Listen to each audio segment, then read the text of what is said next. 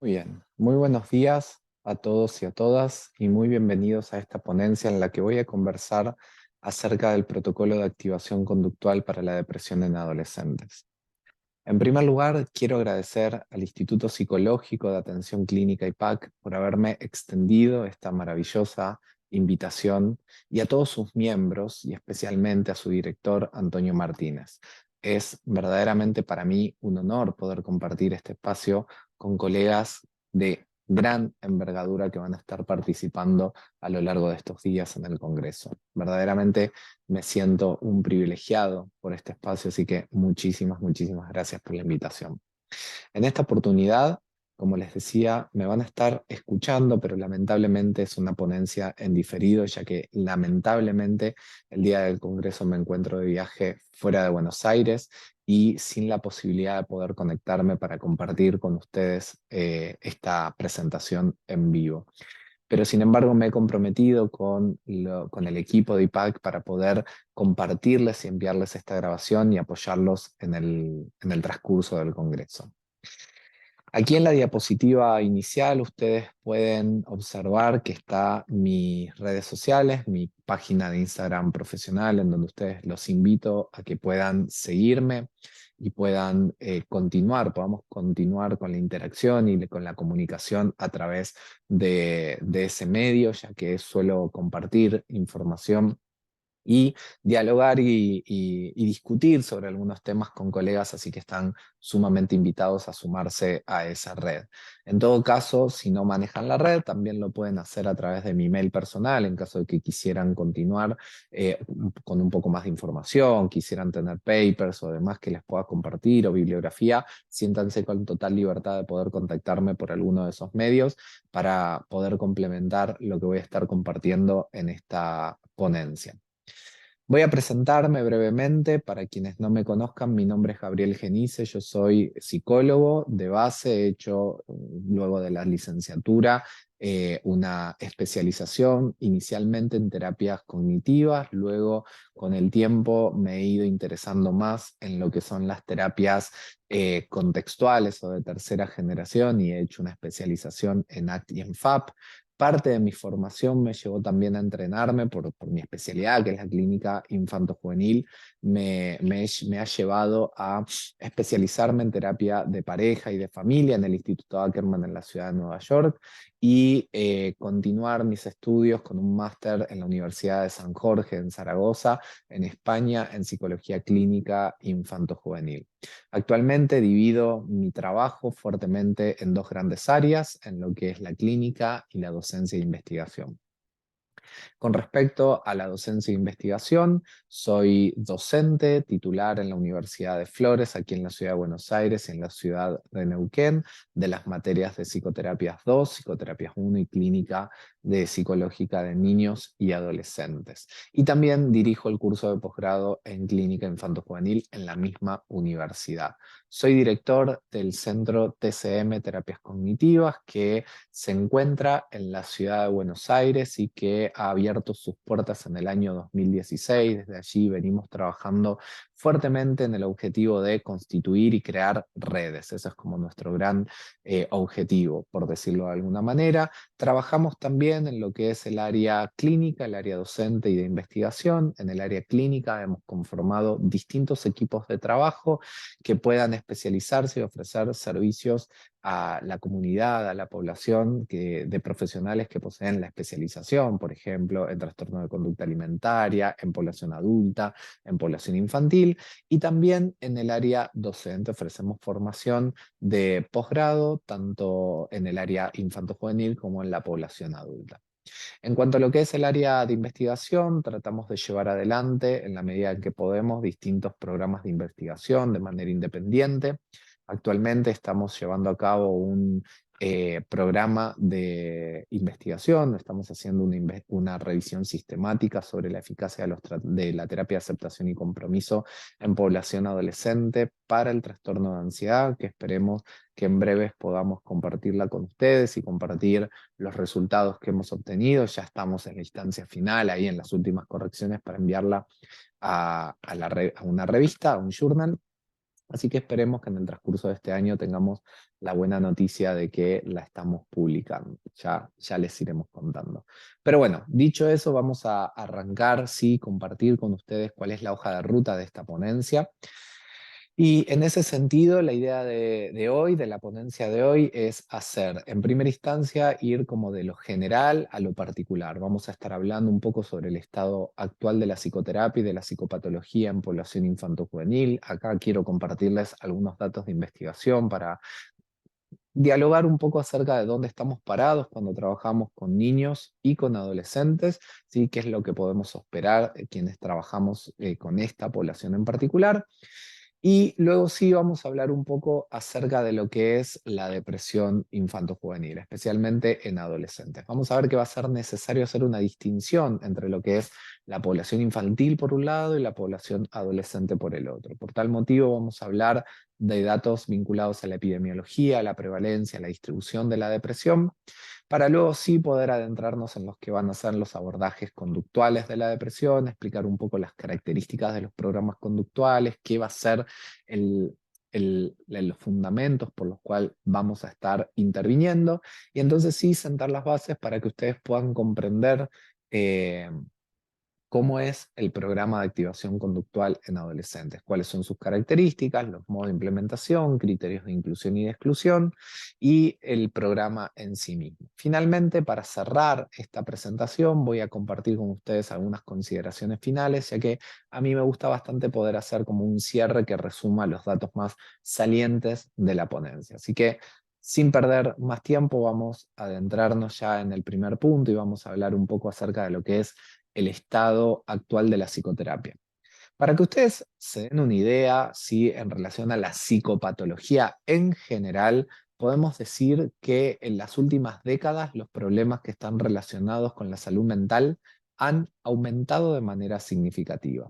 Y esto lo podemos decir en base al informe que ha publicado la Organización Mundial de la Salud, quien da cuenta de la magnitud de la cuestión en este informe que habla acerca de la carga mundial de enfermedades, en la cual se marcaba que en países en vías de desarrollo, 3 de cada 10 personas enfermas padecían algún trastorno de salud mental, mientras que en los países desarrollados este número ascendía a 4 de cada 10.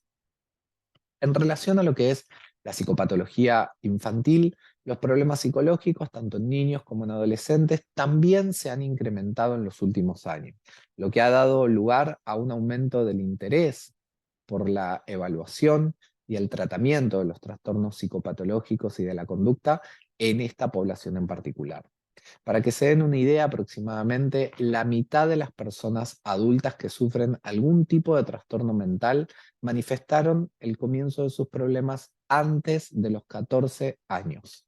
Y a su vez, las personas que experimentan problemas mentales durante la niñez y la adolescencia son más propensos a desarrollar formas más graves de problemas de salud mental y de participar en conductas de riesgo, como puede ser el uso de sustancias o incluso intentos de suicidio en la vida adulta. Cuando yo hablo acerca de la psicoterapia y de la psicopatología infanto-juvenil, una de las cosas que me gusta compartir en el caso de formación de posgrado con mis alumnos, o en este caso con ustedes, con quienes están viendo esta ponencia, es una investigación que me parece muy importante compartirles, que es del equipo de investigación de Marcus y Olfson. Yo tuve la posibilidad de escuchar por primera vez hablar acerca de estas investigaciones en el año 2016, cuando participé del Congreso Internacional de Terapias Cognitivos Conductuales en la ciudad de Melbourne, en Australia, y tuve la oportunidad de escuchar la ponencia inicial, la conferencia inicial del Congreso, que estuvo a cargo de nada más y nada menos que David Clark, quien mencionaba que hacía mención a la carga de salud mental de la población en general y del Reino Unido en particular, que es donde lleva adelante su actividad profesional, y hacía referencia a las investigaciones de Olson y Marcus. Así fue como empecé a estar en contacto con estas investigaciones, quienes Ellos hacen estudios, ¿sí? En donde publican cada 10 años cuál es el estado actual de la psicopatología y del consumo de psicoterapia en el mundo, ¿sí? Y en su último informe, en su última investigación, primero lo que hicieron fue publicar, iniciaron publicando sobre población adulta, ¿sí? Y luego sacaron una investigación, un artículo sobre las tendencias en el consumo de psicoterapia en la población infanto-juvenil. Y me voy a tomar unos minutitos solo para mostrarles qué sucede en la población adulta para también contrastarlo con la población infanto-juvenil. En las investigaciones en población adulta, una de las cuestiones que mencionan es, que llaman la atención es que en los últimos años el consumo de psicoterapia por parte de la población ha ido en disminución. O sea que cada vez hay menos personas que asisten a un psicoterapeuta en el mundo. Y esto en general, cuando yo comento esto en el lugar donde yo resido, la ciudad de Buenos Aires, suele llamar un poco la atención. ¿Por qué? Porque la psicología, la psicoterapia en Buenos Aires es altamente consumida, ¿sí? Hay una legitimación muy alta por parte de la población en el consumo de psicoterapia. La gente suele ir al terapeuta. Y sabemos que esto no es tan frecuente en otras ciudades del mundo, ¿sí? De hecho, en nuestro país, en la República Argentina, alejándonos un poco de la ciudad de Buenos Aires, algunos kilómetros más lejos, esto refleja un poco más lo que sucede en el resto del mundo, que es que las personas no suelen acudir con tanta facilidad, o la psicoterapia no suele estar tan legitimada, ¿sí? El caso de la ciudad de Buenos Aires es un dato particular y por eso es que cuando suelo compartir estos resultados con mis estudiantes de aquí de Buenos Aires, les suele llamar un poco la atención porque la realidad es que aquí está como muy utilizada la figura del psicólogo en la población, tanto de adultos como de niños. Sin embargo, como les compartía estos datos de investigación, es que el consumo de psicoterapia en los últimos años ha visto que empieza a ser decreciente. Otro dato interesante de esta investigación es que el consumo de psicofármacos también ha ido en aumento, ¿sí? Y esto, un poco la interpretación que se puede hacer y que hacen los autores es, la realidad es que hablando de la atención en lugares públicos, en el sistema público, lo que nosotros podemos ver es un fenómeno que suele suceder en casi todo el mundo y es que existen las listas de espera, las famosas listas de espera, ¿no? O sea, hay un sistema que está saturado porque hay una cantidad de demanda mucho más elevada que la oferta existente. O sea, que no dan o no alcanzan las manos para poder hacer frente a la cantidad de personas que requieren y necesitan asistencia por parte de profesionales de la salud mental. Entonces eso lleva a que existan, como les decía, las famosas listas de espera. Las personas, en ese caso, ¿sí? Que naturalmente se encuentran atravesando algún tipo de sufrimiento o padecimiento, el cual los llevó a consultar, ¿sí? Hace que este malestar o este sufrimiento probablemente sea intolerable para muchos de ellos y que busquen la ayuda en otros tipos de asistencia. Y es por esto también que en los últimos tiempos, en general, ha habido un aumento. Por un lado, el consumo de psicofármacos, las personas buscan disminuir o aquietar o acallar ese padecimiento vía la medicación, pero también hemos visto otro fenómeno interesante que excede a esta charla, que es la, el aumento o la popularidad de lo que se denominan las terapias alternativas, en donde las personas empiezan a asistir a otros tipos de terapias que denominamos alternativas, ya sea homeopatía, ya sea terapias florales, eh, u otras, ¿sí? Reiki y demás, con el objetivo de poder disminuir el padecimiento que conllevan. Y es relativamente entendible dado este contexto. También hemos visto en estas investigaciones que en la población adulta quienes consultan más a un terapeuta son las mujeres en comparación a los varones.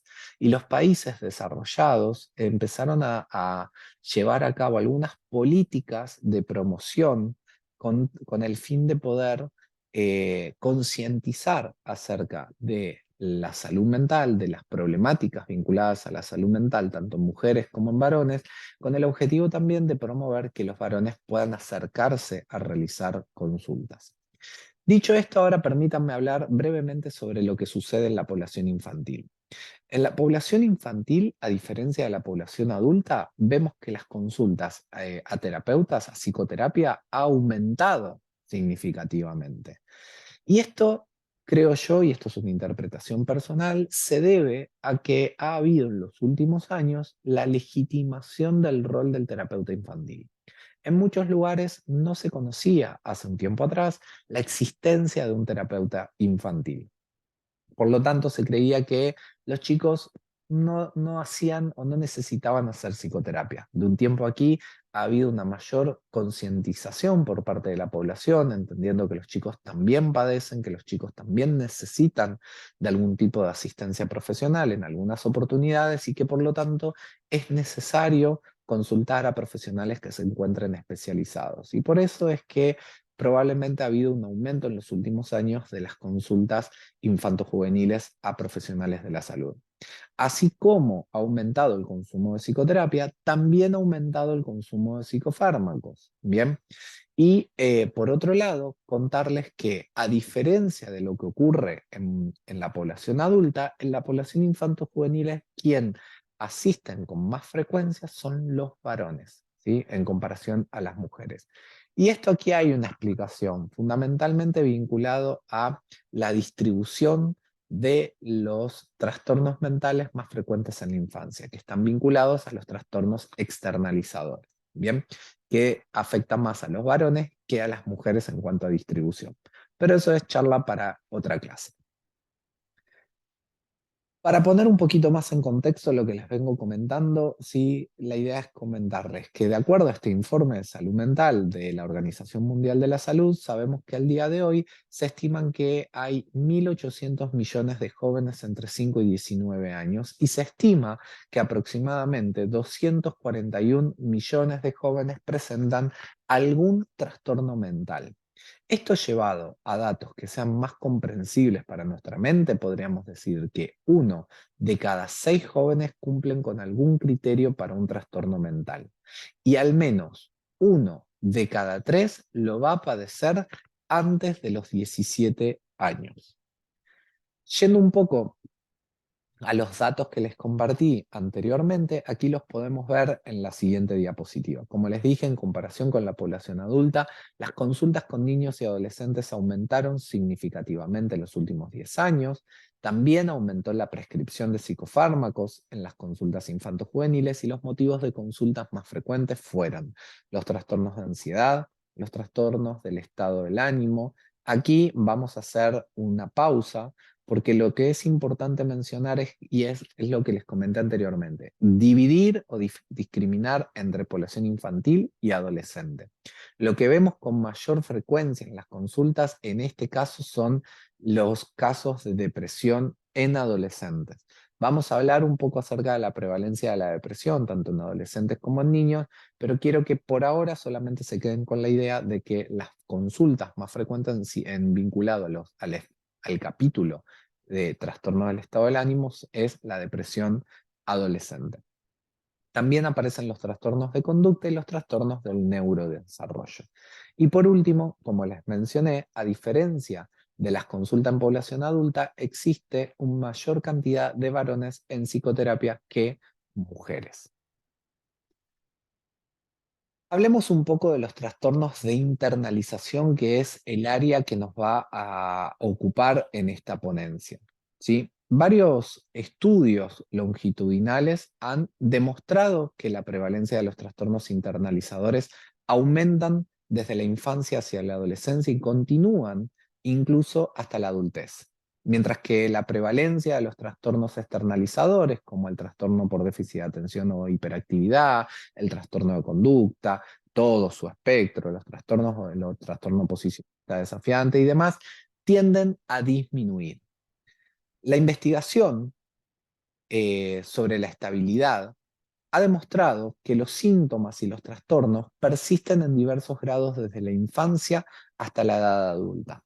Además, la comorbilidad es común, ¿sí? No solo concurrentemente, sino también sucesivamente. Como se ha establecido en los estudios longitudinales, los trastornos de internalización en la infancia predicen a los trastornos de externalización en la edad adulta y viceversa. Y es bien sabido que la comorbilidad se asocia con los resultados más pobres. Esto quiere decir, y es un dato muy interesante, porque si nosotros podemos dividir la psicopatología en estos dos grandes polos, siguiendo los aportes de Achenbach, los trastornos internalizadores y los externalizadores, lo que vemos es que a medida que pasan los años, sí observamos que hay una curva descendente en cuanto a la prevalencia de trastornos externalizadores en la población.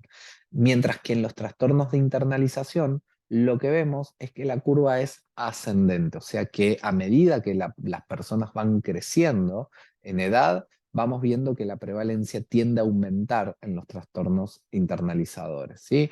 Entiéndase por trastornos internalizadores a muy grandes rasgos, para quienes no conocen esta clasificación, el espectro de la ansiedad y el espectro de la depresión.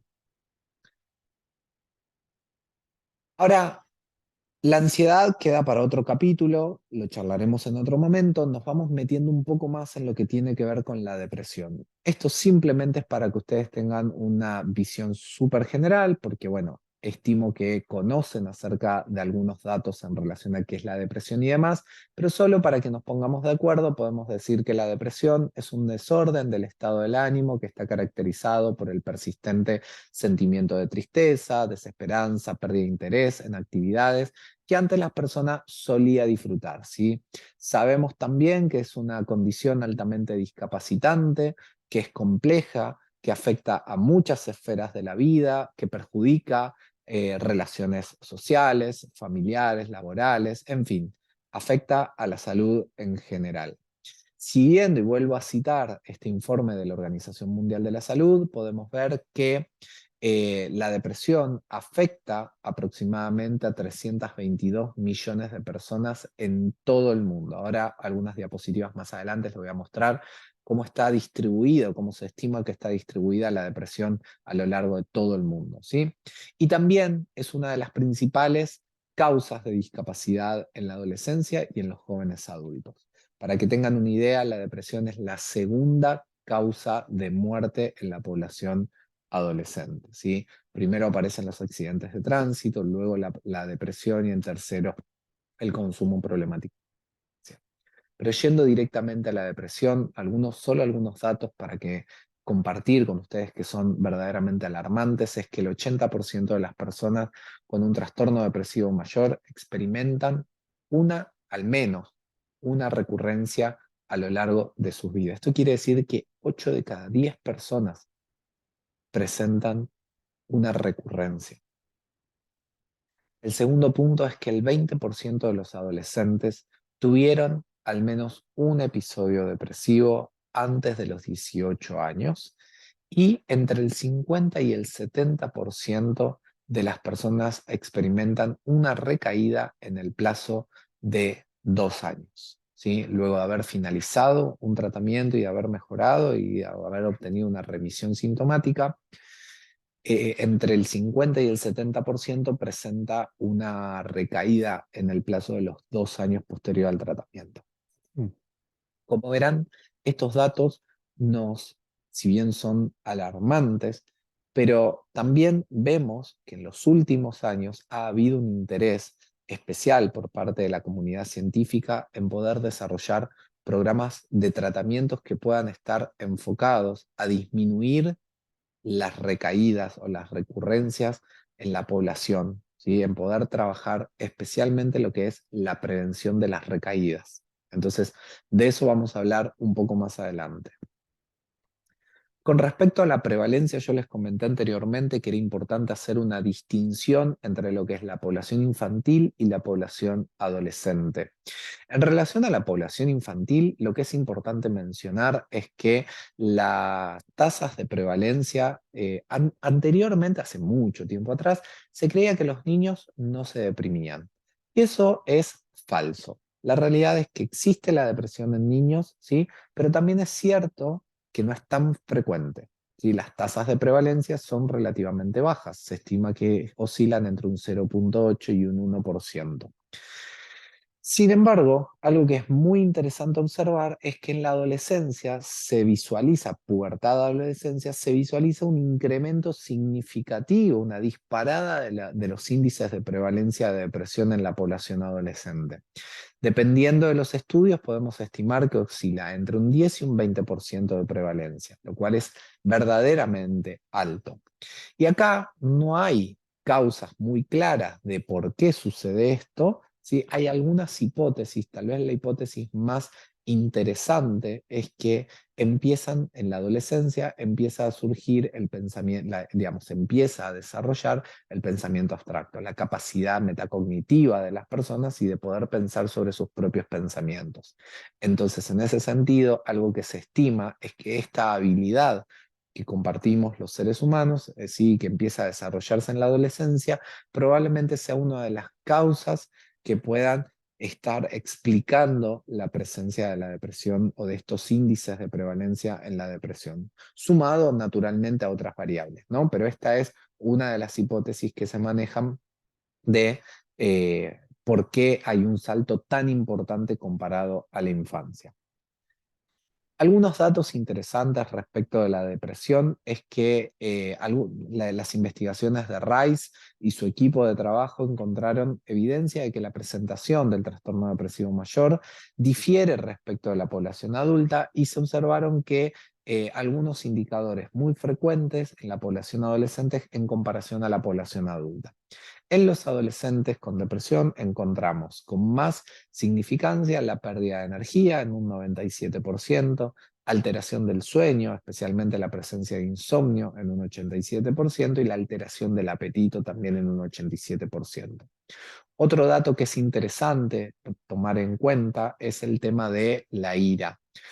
Hasta hace un tiempo atrás, y incluso lo pueden observar en los criterios diagnósticos del DCM, la presencia de comportamientos iracundos era una de las señales de alarma que teníamos los clínicos para, junto con otras naturalmente, para evaluar la presencia de depresión en la adolescencia. Se creía que la ira era un criterio diagnóstico en sí, a diferencia de la población adulta. Y la realidad es que las investigaciones han demostrado, ahí les marco una investigación del año 2016 de Vidal y demás, que observan, ¿sí?, que hay una falta de evidencia acerca de la irritabilidad que fuera mucho más común en la población adolescente que en adultos, ¿sí?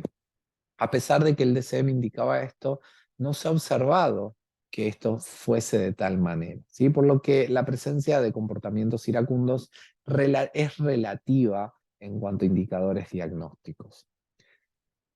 Avanzando un poco, vemos que en la adolescencia los adolescentes, perdón, con trastorno depresivo mayor tienen más probabilidades de intentar suicidarse, de tomar riesgos impulsivos, como por ejemplo tener relaciones sexuales sin protección, un bajo rendimiento académico, dificultades en las relaciones interpersonales, aislamiento o incurrir en el consumo de sustancias, de algún tipo de sustancia.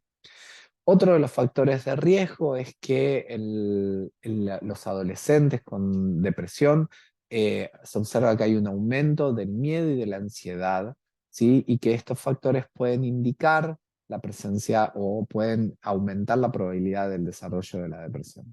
Por otro lado, un dato muy importante, también que es interesante, es que la presencia de ansiedad social, ansiedad por separación o ansiedad generalizada en los niños o adolescentes aumenta dramáticamente la posibilidad de desarrollar un episodio depresivo. Muchos estudios dan cuenta de que las personas que presentan ansiedad tienen una probabilidad muy alta de poder desarrollar depresión, no a la inversa, ¿sí? Pero se estima, como ven ahí, que el 75% de los adolescentes que reportaron o que presentaron depresión reportaron haber tenido algún trastorno de ansiedad previamente, ¿sí? Por lo que la presencia de estos indicadores, como mencioné, ansiedad social, ansiedad por separación o ansiedad generalizada, son precursores o probables precursores de depresión en población adolescente.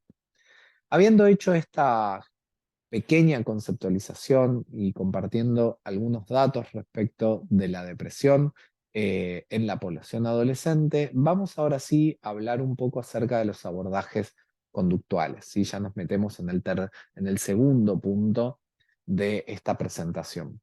El enfoque de la activación conductual para el tratamiento fue desarrollado por Levinson y su equipo de trabajo y representó un cambio radical del paradigma predominante de ese momento, y también es cierto que sentó las bases para las décadas de investigación que siguieron a posteriori.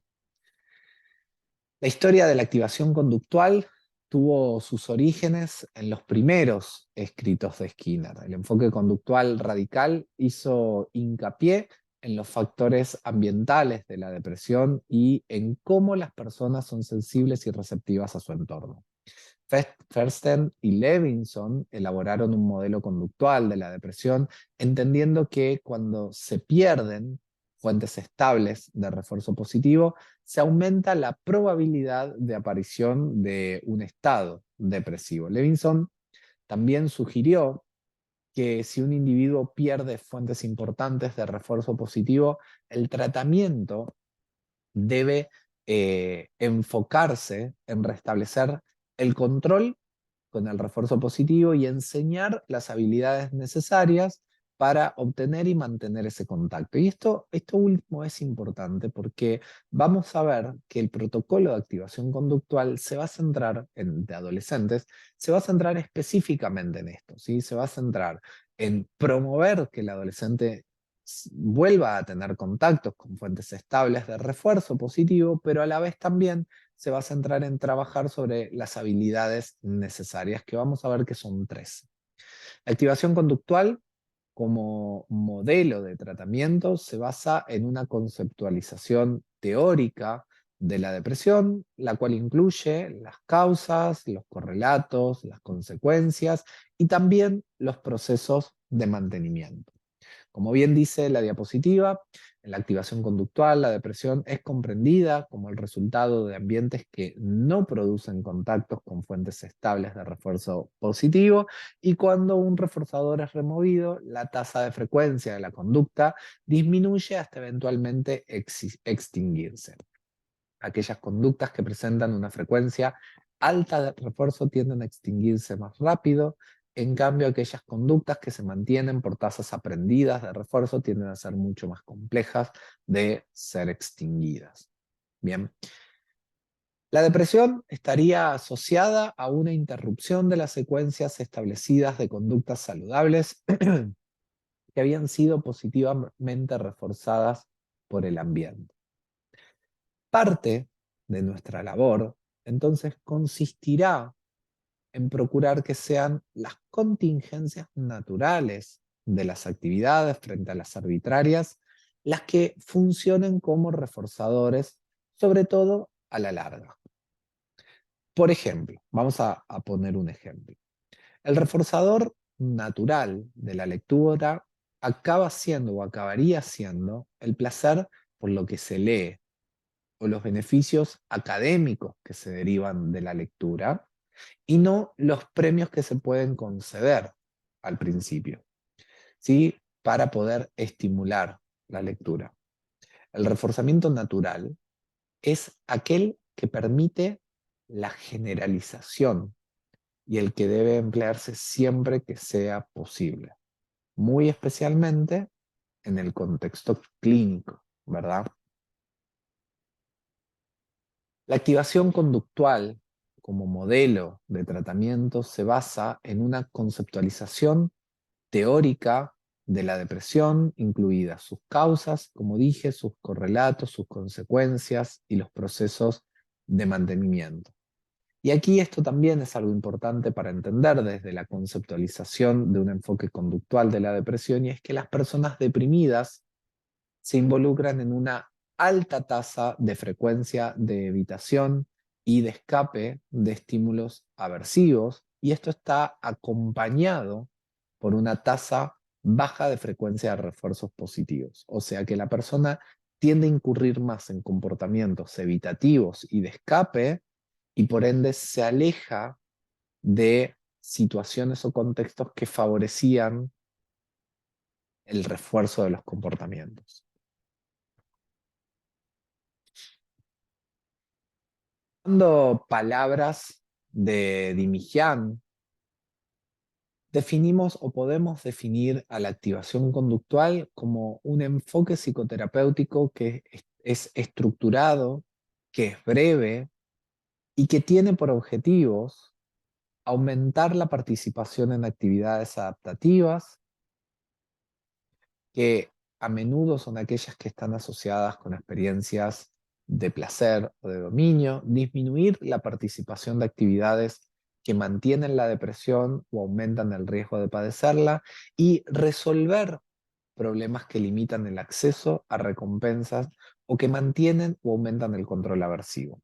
Aquí, en estos 3 puntos que ven en la pantalla, aumentar la participación en actividades adaptativas, disminuir la participación en actividades que mantienen la depresión y resolver problemas que limitan el acceso a recompensas, se resumen los puntos principales que vamos a estudiar en minutos nomás acerca de cómo se compone el protocolo de activación conductual, ¿sí? Todo el protocolo, todas sus sesiones tienen como estructura fundamental esta explicación de la depresión. Entonces, el tratamiento se centra directamente en estos objetivos o en los procesos que inhiben un enfoque a estas metas. Para lograr estos objetivos primarios, los terapeutas lo que debemos hacer es utilizar una variedad de estrategias conductuales como el autocontrol de las actividades y el estado de ánimo, programación de actividades, estructuración de actividades, resolución de problemas, entrenamiento en habilidades sociales, construcción de jerarquía, formación, recompensa y persuasión. Esas son algunas de las herramientas o estrategias conductuales que vamos a utilizar a lo largo del tratamiento. También es importante que tengan en cuenta que algunas conductas depresivas pueden ser mantenidas por reforzamientos provistos por otros. Especialmente ocurre esto en la adolescencia, como por ejemplo, ¿sí?, la preocupación o la atención de familiares porque su hijo no se levanta de la cama o no sale con sus amigos como solía hacerlo. Mediante esta preocupación, ¿sí?, lo que podemos estar haciendo, ¿sí?, es reforzar ciertos comportamientos depresivos del consultante, por lo que el terapeuta, y esto es un buen ejemplo para hacer una mención en relación a un punto importante de todo terapeuta infanto-juvenil. Los terapeutas que trabajamos con niños o con adolescentes, necesariamente, como suelo decir, somos terapeutas de familia. Esto quiere decir que inicialmente trabajamos con la familia y que tenemos una especialización en infantos juveniles. Todo protocolo de tratamiento tiene que incluir de alguna u otra forma a la familia. Será con mayor intensidad o con menor intensidad, dependiendo de la problemática, dependiendo de ciertas situaciones. Pero lo cierto es que cuando trabajamos con un adolescente o con un niño, necesariamente vamos a trabajar con la familia. Vamos a ver que el protocolo de activación conductual incorpora a la familia de una manera más periférica, ¿sí? El grueso o lo importante del tratamiento va a estar compuesto en el trabajo con el adolescente, ¿sí? La familia, vamos a tener algunos encuentros dentro de los 14 a 16 encuentros que están programados, en donde van a ser fuertemente psicoeducativos, pero incorporamos a la familia, ¿sí?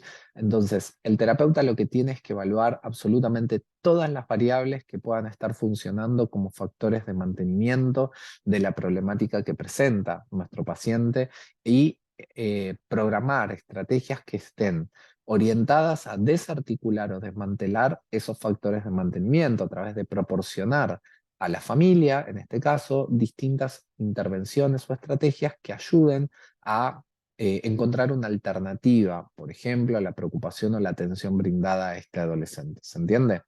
Entonces, parte de nuestro programa de tratamiento incluye una muy buena conceptualización, naturalmente, como primerísimo paso para poder entender cuáles son las variables que están manteniendo la problemática de que el adolescente presenta. Esta diapositiva es interesante, primero porque es un reforzador muy, muy fuerte para mí, pero más allá de eso es interesante contarles un poquito acerca del desarrollo de tratamientos vinculados a la activación conductual. Inicialmente, cuando se desarrollaron por los primeros programas de tratamiento de activación conductual, lo que observábamos es que la premisa era acercar al consultante a fuentes estables de reforzamiento, ¿sí? De reforzamiento positivo. En ese sentido, no se evaluaba tanto, ¿sí?, si eran significativos, si eran importantes, si tenía algún sentido para el consultante esa fuente, sino que lo importante era que la persona se exponga a fuentes de refuerzo positivo.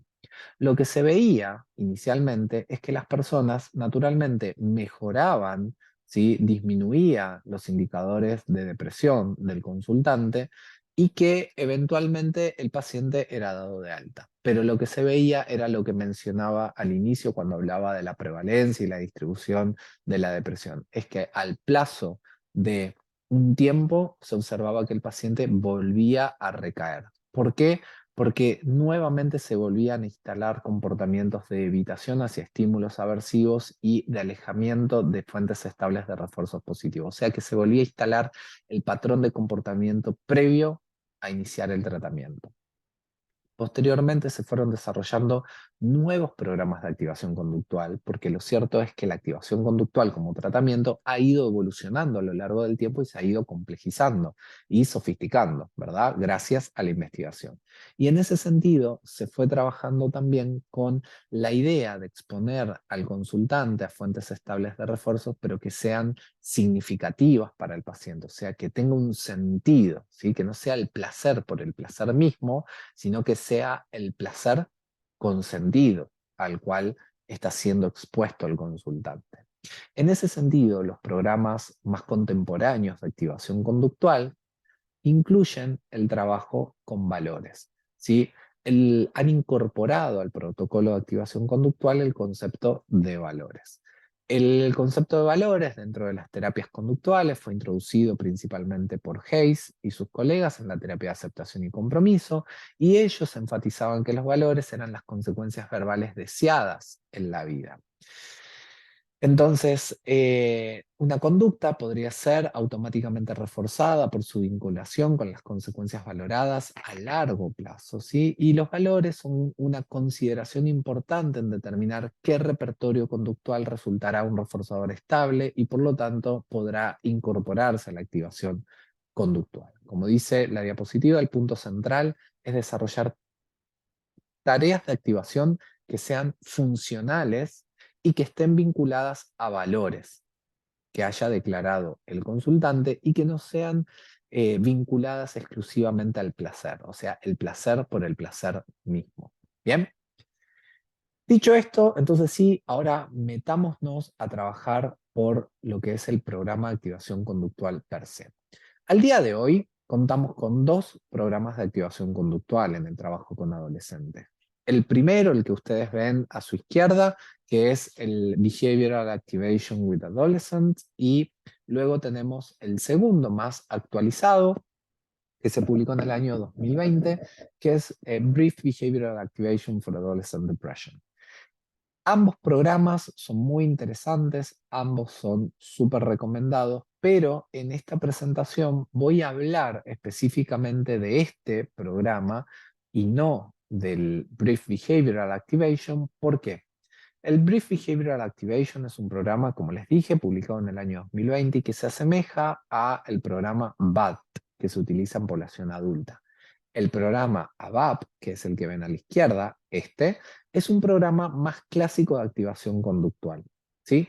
¿Por qué voy a conversar acerca de este? Fundamentalmente porque en la investigación, al día de hoy, contamos con más resultados de investigación sobre este programa que sobre este otro. Entonces, si bien es un programa con adaptación muy similar, como les contaba, a el programa BAT de población adulta, ¿sí?, todavía es necesario continuar con mayores investigaciones que muestren su eficacia. Entonces, vamos a hablar sobre este que tiene un poco más de investigación, que voy a hablar sobre ello en las últimas diapositivas. El programa de activación conductual, entonces, este que les mencioné, el programa ABAP se llama, ¿sí?, es un programa que tiene una serie de 5 módulos que pueden ser llevados a cabo en un total de 12, 14 a 16 sesiones, ¿sí? Entre 12 y 16. Hay 8 sesiones que incluyen componentes que son didácticos y bien estructurados, ¿sí? En donde se pondera más la estructuración y seguir un guión específico. Y hay otras sesiones, ¿sí?, que son menos estructuradas y que se dan a lo largo del curso de la intervención.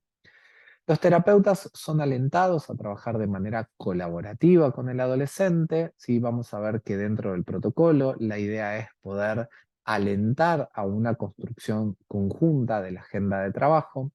Este programa fue desarrollado para trabajar con adolescentes de entre 12 y 18 años, con una sesión que tiene una duración estándar de 50 a 60 minutos, ¿sí? Y la mayoría de las sesiones, como les comenté anteriormente, están destinadas al trabajo exclusivo con el adolescente y vamos a encontrar breves intervenciones a los padres o a los cuidadores, pero que tienen un componente fuertemente psicoeducativo. También hablamos de que hay criterios de inclusión y criterios de exclusión, ¿sí? Que son muy importantes a tener en cuenta porque muchas veces sucede, esto es algo que me encuentro sobre todo cuando estoy en instancias de supervisión de otros colegas, que hablamos acerca de, los colegas comentan que no está funcionando el protocolo. El protocolo no funciona, lo estoy siguiendo al pie de la letra y no funciona, ¿qué está pasando? Bueno, existen criterios de inclusión y de exclusión. Esto quiere decir que hay tratamientos o hay situaciones clínicas, mejor dicho, que tal vez no sean las óptimas para poder implementar este protocolo y que sea mejor, y esta es la decisión del terapeuta, implementar algún otro protocolo. Bien.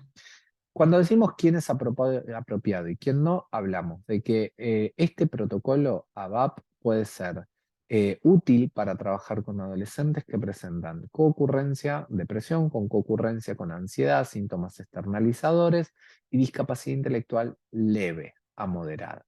¿Sí? También se ha visto que el programa funciona con adolescentes que tienen depresión con ideación suicidas moderadas. Ahora, no se aconseja trabajar con adolescentes que presentan depresión y psicosis, bipolaridad, consumo de sustancias, trastornos disociales, discapacidad intelectual severa o adolescentes que presenten una marcada desregulación emocional.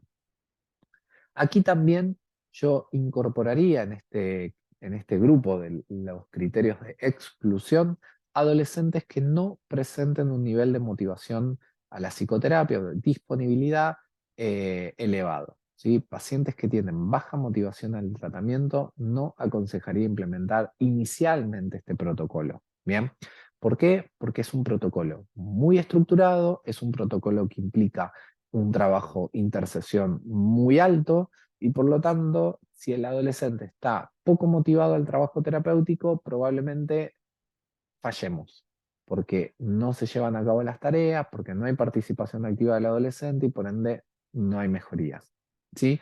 Entonces, la parte de la disponibilidad o la motivación al cambio va a ser un punto muy importante a evaluar previo al inicio del tratamiento, por lo menos con el programa VAP. En todo caso, si evaluamos que hay baja disponibilidad, lo que les aconsejaría es trabajen primeramente la motivación al cambio y luego intervenciones orientadas al cambio propiamente dicho, como puede ser este protocolo. El programa de activación conductual está compuesto por 5 módulos, como les anticipé. El primero se llama Comenzando, el segundo Poniéndose activos, el tercero es Construcción de habilidades, Práctica y Avanzando. Vamos a ver de qué se trata cada uno de ellos.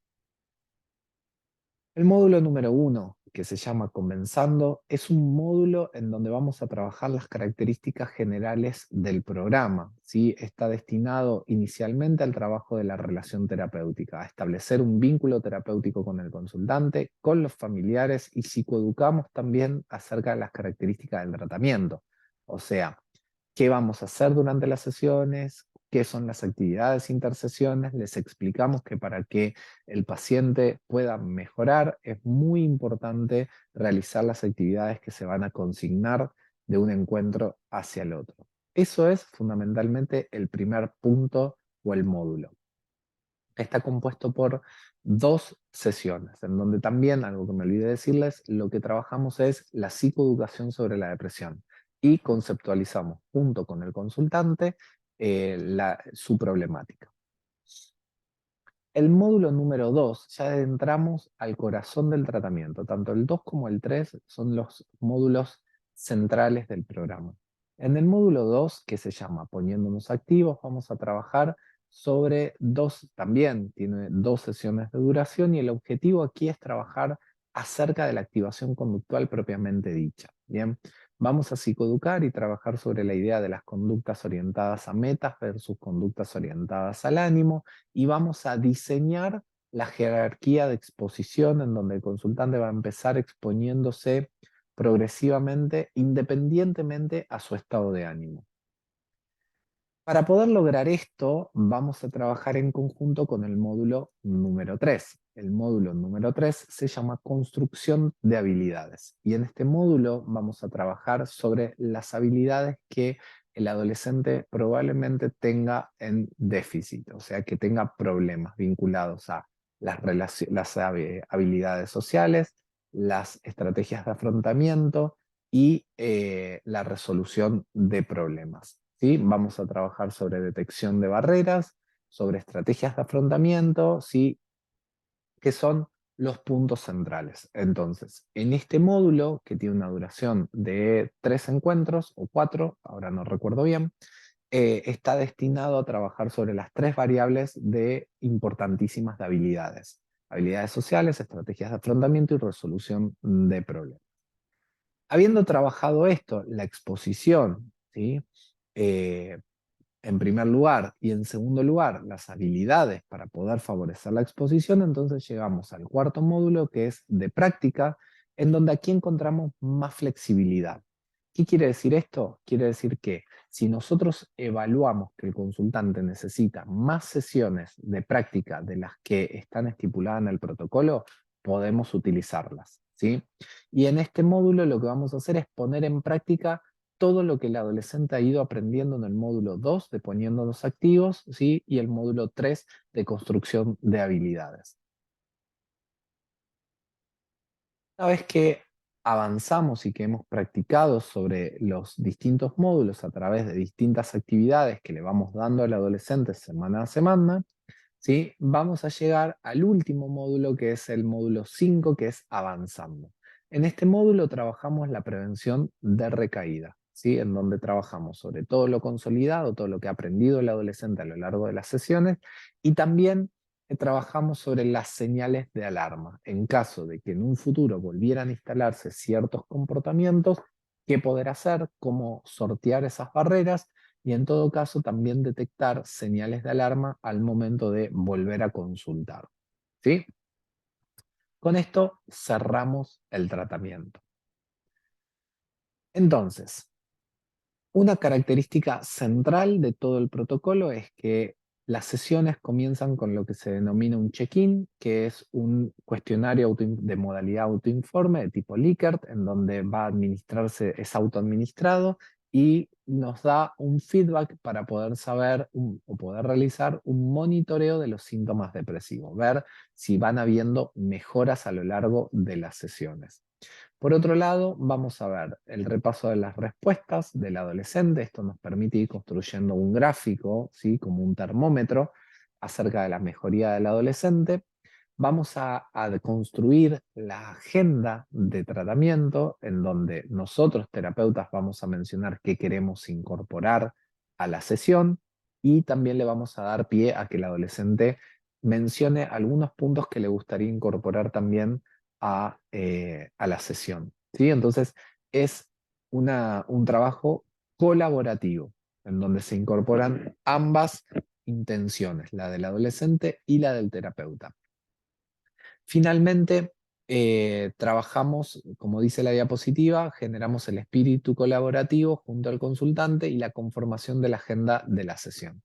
Por esto es que se suele decir que el protocolo de activación conductual es un protocolo altamente ideográfico, que se centra en las necesidades específicas del consultante y que un protocolo es diferente al otro, por esto mismo. Siguiendo un poco con el tiempo que me han propuesto para la ponencia, llegamos ahora sí a las consideraciones finales, ¿sí? Un repaso acerca de los puntos más salientes de esta ponencia. Como se habrán dado una idea y si ya tienen experiencia trabajando con adolescentes, saben que trabajar con adolescentes no es para nada sencillo. Activar a un adolescente deprimido es una tarea altamente desafiante porque los síntomas de depresión generalmente incluyen, como mencionábamos, falta de motivación, ánimo decaído, inercia, fatiga, y involucrarlos en actividades puede resultar tanto a nivel psicológico como fisiológico, difícil, complejo. El programa ABAP está diseñado para incrementar sistemáticamente el compromiso del adolescente en actividades con la finalidad de eliminar la evitación y ayudarlo a aprender y practicar habilidades para la resolución de problemas y el manejo de emociones difíciles. ¿Sí? Es incumbencia del terapeuta utilizar estrategias que motiven al adolescente a cambiar las conductas depresivas y apuntar a que el ambiente refuerce conductas antidepresivas. En función de esto, y como les mencioné con anterioridad, por qué hablamos sobre el programa VAP y no sobre el otro programa, sí es porque hace 2 años, puntualmente, en el 2000 finales, no, en realidad a principios de 2020, parte de mi programa de investigación postdoctoral tuvo que ver con realizar una revisión sistemática sobre la activación conductual para la depresión en población adolescente. Y aquí quisiera compartirles algunos resultados. Si les gustaría conocer esta investigación, leerla en más detalle, los invito a que la puedan googlear, es open access, así que la pueden descargar sin ningún tipo de problema, pueden poner activación conductual y mi apellido, pueden copiar el título del texto y les va a aparecer enseguida, así que la van a poder descargar y leer con total libertad. ¿Sí? Respecto a esta revisión sistemática, contarles que esta revisión identificó una serie de estudios que reportaron el uso de la activación conductual para el abordaje de la depresión en población adolescente y que al momento de la investigación solamente 19 estudios, 19, muy pocos, fueron incluidos y que todos los artículos descritos en ese trabajo que fueron realizados, que fue estudiado del año 2007 al 2019, sugieren que la adaptación del protocolo de activación conductual en población adolescente, específicamente este programa, el programa ABAP, es relativamente reciente, ¿sí? Por eso también hay muy pocos estudios de investigación. Y de estos estudios observados se registró que los resultados son favorables, se vio que hay una disminución e incluso remisión sintomática, ¿sí? Y los estudios que se encontraron fueron estudios de caso único, estudios pilotos, ensayos controlados aleatorios o estudios de multiinformes, lo cual llegamos a la conclusión de que es prometedor este tratamiento, todavía no tiene la evidencia suficiente como para poder ser un tratamiento recomendado para trabajar con adolescentes en cuanto a la investigación, pero los resultados que tenemos dan cuenta de que es bastante prometedor su implementación y que por ende vale la pena el intento. Finalmente, contarles que la activación conductual promueve la tolerancia al malestar, promueve y clarifica la conexión con valores, normaliza la situación, reconoce los estados emocionales del consultante y también promueve la aceptación.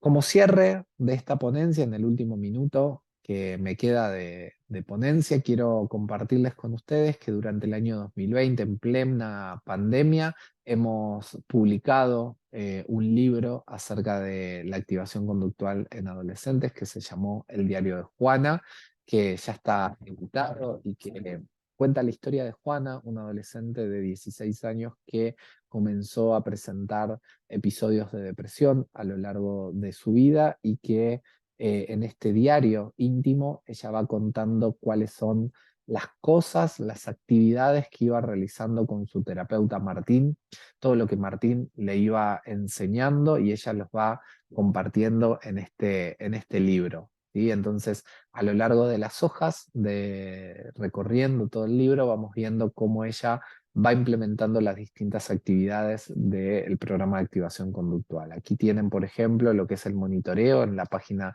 que figura el viernes 24 de mayo.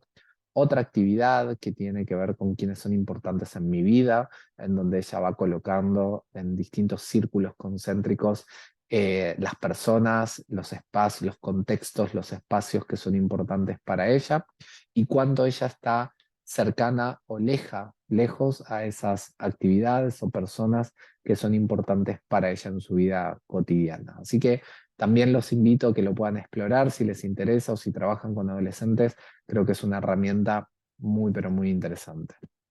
Ahora sí, habiendo llegado al final de esta ponencia, quiero darles las gracias a todas las personas que están allí. Verdaderamente espero haber podido ejemplificar, sé que es poquito tiempo, pero espero que haber podido explicar o introducirlo si no conocían el programa de activación conductual, al menos sus bases, que conozcan que existe, que está disponible, que lo pueden buscar, que lo pueden utilizar con sus consultantes y también invitarlos a profundizar en su estudio, en su implementación, que verdaderamente vale la pena utilizarlo. Dicho esto, nuevamente, muchísimas gracias a todo el equipo de IPAC, a su director, a todos los terapeutas que hicieron posible este congreso maravilloso, a todos los asistentes y espero verlos en un futuro muy cercano. Les mando un saludo muy grande y estamos en contacto. Hasta luego.